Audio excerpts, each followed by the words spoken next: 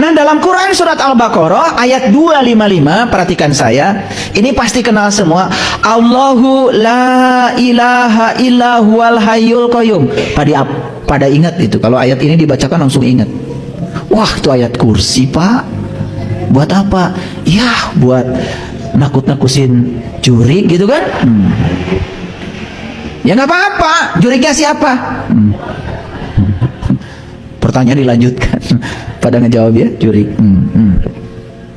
Allahu Allah, la ilaha, tidak ada dia, illa, kecuali dia, hayyu, yang selalu hidup, qayyum, dan selalu terjaga. Maaf ya, saya menggunakan bahasa leksikal, bahasa kamus biar mengerti ya.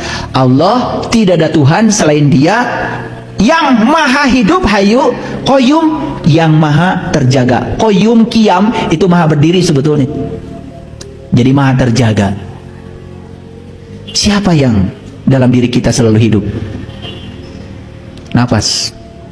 Siapa yang dalam diri kita selalu terjaga? Nafas. Betul?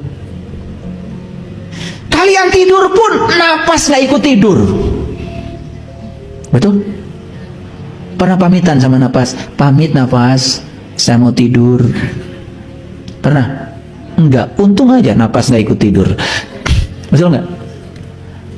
Saya tanya, nafas itu siapa? Masih bingung, karena apa? Konsepsi tentang Tuhan itu sudah sedemikian terparadigma di otak kita. Dia tuh seakan-akan suatu sosok gitu yang tinggal di sana. Keberadaan dia dalam diri kita yang mewujud sebagai napas, pinjaman kehidupan, yang tidak pernah tidur, nggak pernah ngantuk, itu saja tidak pernah disadari. Dekat nggak Allah? Apa wujudnya? Nafas.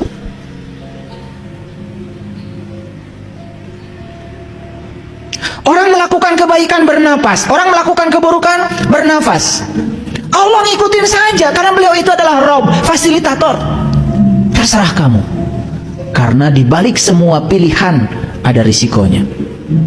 Saya kasih tahu ya. Apa risiko yang paling besar dalam hidup ini? Apa? Apa? Silakan acungkan tangan. Apa risiko yang paling besar dalam hidup ini? Apa? Tertutup. Risiko yang paling besar dalam hidup ini adalah tidak mau ambil risiko.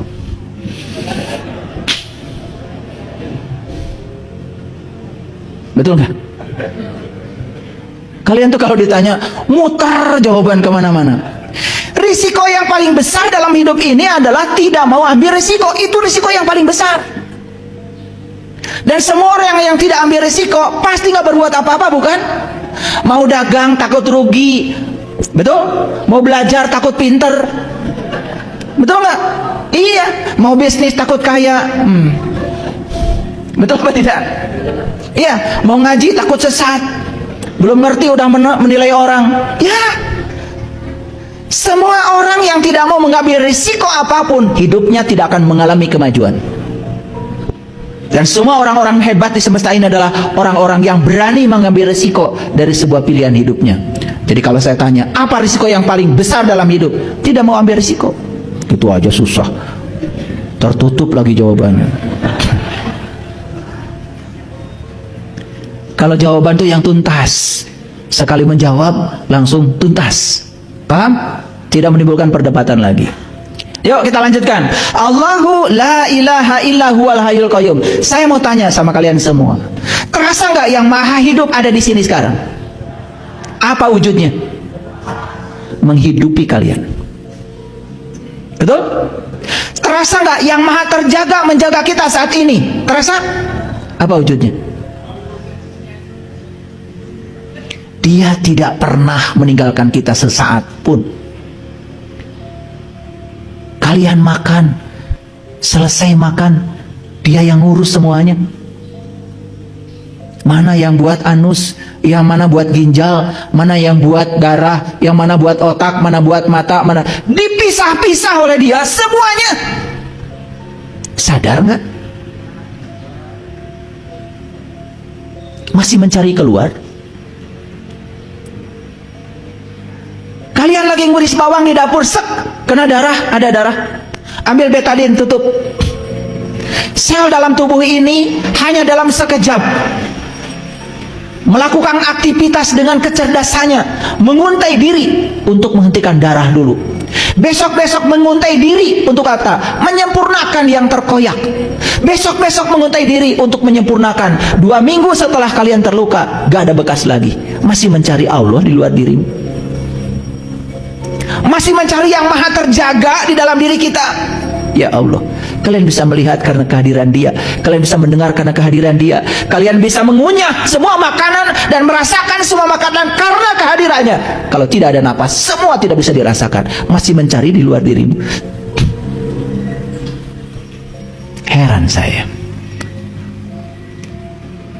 Begitu diceritakan yang sebenarnya kaget. Tapi begitu cerita hayalan, oh Allah di sana sedang menunggu kita nih, di sana, sana.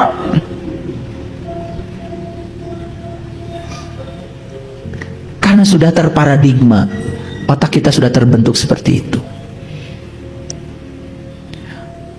Kan Allah bilang, la ta'khudhuhu sinnatun wala naum.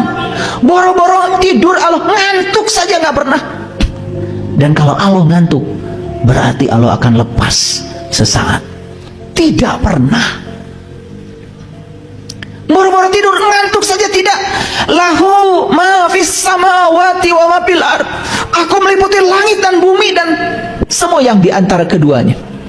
Dia mengatakan aku meliputi, berarti kita diliputi oleh Dia. Masihkah kita menyaksikan Dia? Bukankah kita sedang bersama dengan Dia di tubuhnya Dia?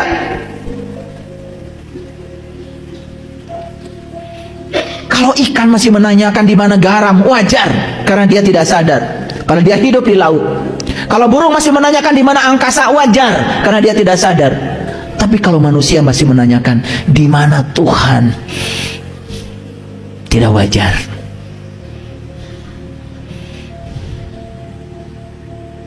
Man zalladhi yashfa'u indahu illa bi'izni ya'lamu ma baina aydihim wa ma khalfahum wa la yuhituna bi syai'in min ilmihi illa bima syaa wasi'a kursiyyus samawati wal ard. Kursi, apa kursi?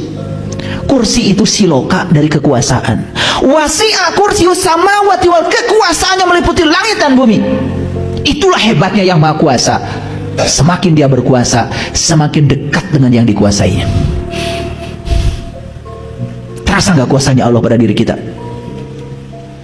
Kalian sekarang bisa menggerakkan tangan, kuasa siapa? Kalian bisa membuka kacamata, kuasa siapa?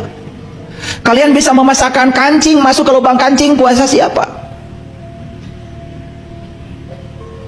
Itu bukti bahwa kursinya, kuasanya meliputi langit dan bumi. Itulah bedanya kuasa Allah dengan kuasa manusia. Manusia jadi RT masih gampang ditemui. Mulai jadi lurah susah. Jadi camat tambah susah. Jadi bupati tambah susah. Jadi gubernur, oh tambah susah. Makin banyak ringnya. Hesek pangijeng seeta. Makin tinggi jabatan manusia, makin jauh dari yang dikuasainya. Beda dengan Allah, makin maha kuasa. Justru kemahakuasaan Allah, Allah semakin dekat dengan yang dikuasainya.